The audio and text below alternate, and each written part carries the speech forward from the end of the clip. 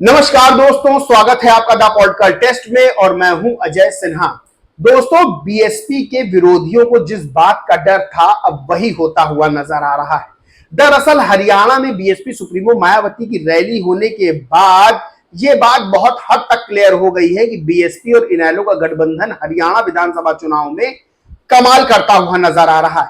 यानी विपक्ष का जो बी टीम का जो फॉर्मूला है, जो नैरेटिव है बीएसपी के खिलाफ, वो फेल होता हुआ नजर आ रहा है और हरियाणा विधानसभा चुनाव अब त्रिकोणीय बन गया है। जहां पहले बीजेपी और कांग्रेस के बीच फाइट दिखाई जा रही थी, वहां अब बीएसपी और इनेलो का गठबंधन दोनों राजनीतिक दलों को बड़ी चुनौती देता हुआ नजर आ रहा है और हरियाणा का विधानसभा चुनाव बेहद दिलचस्प बन गया है। लेकिन अब जो काम बीएसपी के विरोधी राजनीतिक दल नहीं कर पा रहे हैं, तो क्या अब उन दलों के समर्थित पत्रकार ये काम करना चाहते हैं? यानी बीजेपी की बी टीम का जो नैरेटिव सेट किया गया था वो तो फेल होता हुआ नजर आ रहा है, लेकिन अब किसी भी तरह से बीएसपी और इनेलो को कमजोर दिखाने की कोशिश की जा रही है।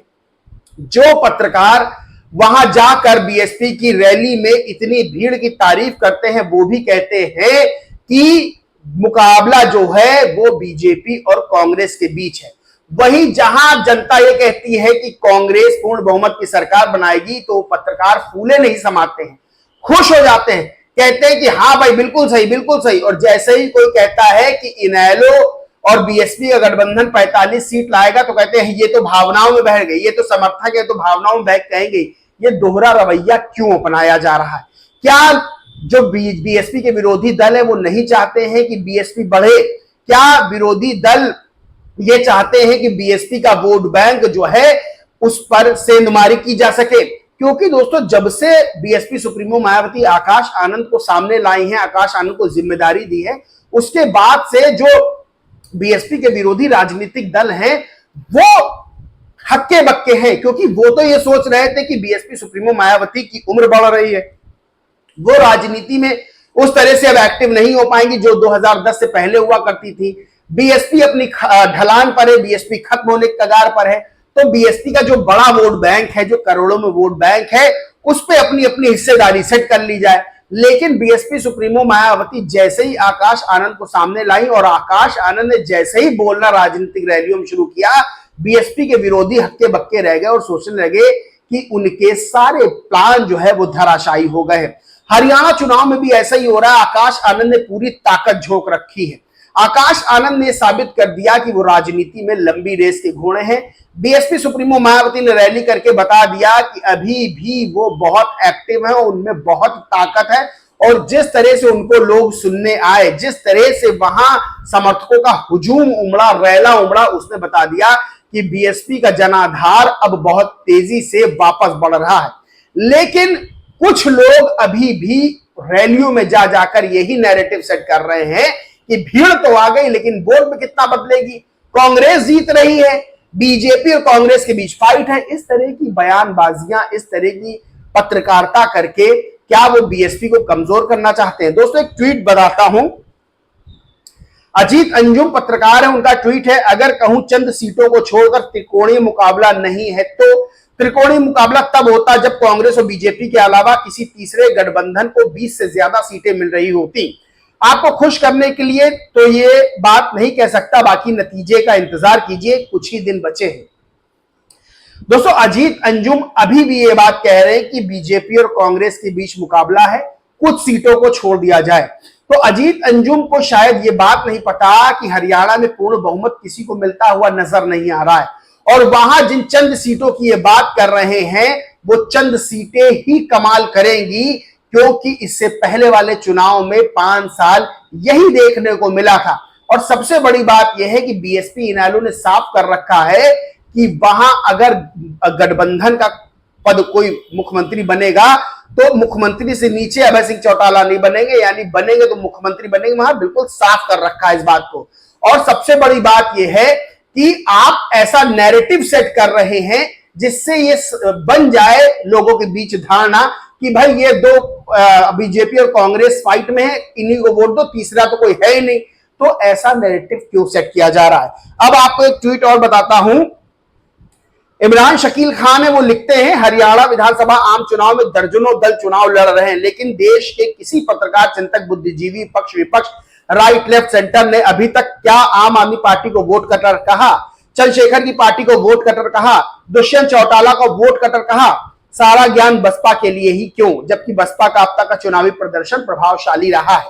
हरियाणा विधानसभा चुनाव में बसपा का अब तक का प्रदर्शन 2019 में 4.21%, 14 में 4.37%, 2009 में 6.73%, 2005 में 3.22%, 2000 में 5.74%, 1991 में 2.32% रहा है। जातिवादी मानसिकता से ग्रसित लोग दलित समाज की बेटी के नेतृत्व को स्वीकार करना नहीं चाहते। वही एक और ट्वीट है परवेज आलम का, ये भी वरिष्ठ पत्रकार है, इन्होंने लिखा बसपा का जनाधार बढ़ने की जब बात होती है, कथित सेकुलर दल जल बिन मछली की तरह तड़पते क्यों हैं, बसपा खत्म की राग क्यों छेड़ देते हैं। दरअसल दोस्तों, ये नैरेटिव बसपा खिलाफ लगभग 10 साल पहले से सेट किया जाने लगा। यह बताया जाने लगा कि बसपा किस तरह कमजोर हो रही है, बसपा किस तरह बीजेपी की बी टीम के तौर पर काम कर रही है। 2022 में भी इसका नुकसान बीएसपी को हुआ, 2024 में भी इसका नुकसान बीएसपी को हुआ, और ये बीएसपी सुप्रीमो मायावती ने खुद कहा भी कल प्रथला में रैली के दौरान कि संविधान और आरक्षण बचाने के नाम पर आप लोगों ने अपनी पार्टी बीएसपी को भी छोड़ दिया, कांग्रेस को वोट दिया, और आज नतीजा आप लोगों के सामने है। सबसे बड़ी बात यह है कि आकाश आनंद का एक्टिव होना बीएसपी के विरोधियों को भा नहीं रहा है, बहुत चुभ रहा है। और आकाश आनंद के बयानों के बाद, उनकी मेहनत को, उनकी रैलियों को, रोड शो को, चौपालों को देखने के बाद बीएसपी के विरोधी ये बात समझ गए हैं कि आकाश आनंद बीएसपी का रिफॉर्म कर रहे हैं, यानी बीएसपी को पुनर्जीवित कर रहे हैं, रिवाइव कर रहे हैं। और आकाश आनंद का आना बीएसपी के विरोधियों के लिए अच्छा संकेत नहीं है। देखिए, बीएसपी के पास अभी भी बहुत बड़ा वोट बैंक है। हरियाणा में जिस तरह से बीएसपी सुप्रीमो मायावती की रैलियां हो रही हैं, जिस तरह से वहां भीड़ जुट रही है, जिस तरह से आकाश आनंद और अभय सिंह चौटाला को समर्थन मिल रहा है, ये बता रहा है कि ये गठबंधन कमाल करने वाला हरियाणा में। और सबसे बड़ी बात क्या है कि उत्तर प्रदेश की राजनीति के लिए बड़े संकेत मिल रहे हैं कि हरियाणा में अगर बीएसपी इनेलो गठबंधन बढ़िया करता है तो उत्तर प्रदेश की राजनीति में भी एक बड़ा संकेत, एक बड़ी वापसी बीएसपी की होना तय माना जा रहा है। तो उत्तर प्रदेश में 10 सीटों पर उपचुनाव होने हैं, और उसके बाद जो है 2027 में विधानसभा चुनाव है। इसको लेकर बीएसपी जो है पूरी मेहनत कर रही है, उपचुनाव भी इस बार लड़ रही है, और एक अच्छा संकेत बीएसपी की ओर से मिल रहा है। लेकिन बीएसपी के विरोधी जब खुद नैरेटिव नहीं सेट कर पा रहे हैं, तो अपने समर्थित पत्रकारों को भी अब फील्ड में उतारा है बीएसपी के खिलाफ नैरेटिव सेट करने के लिए।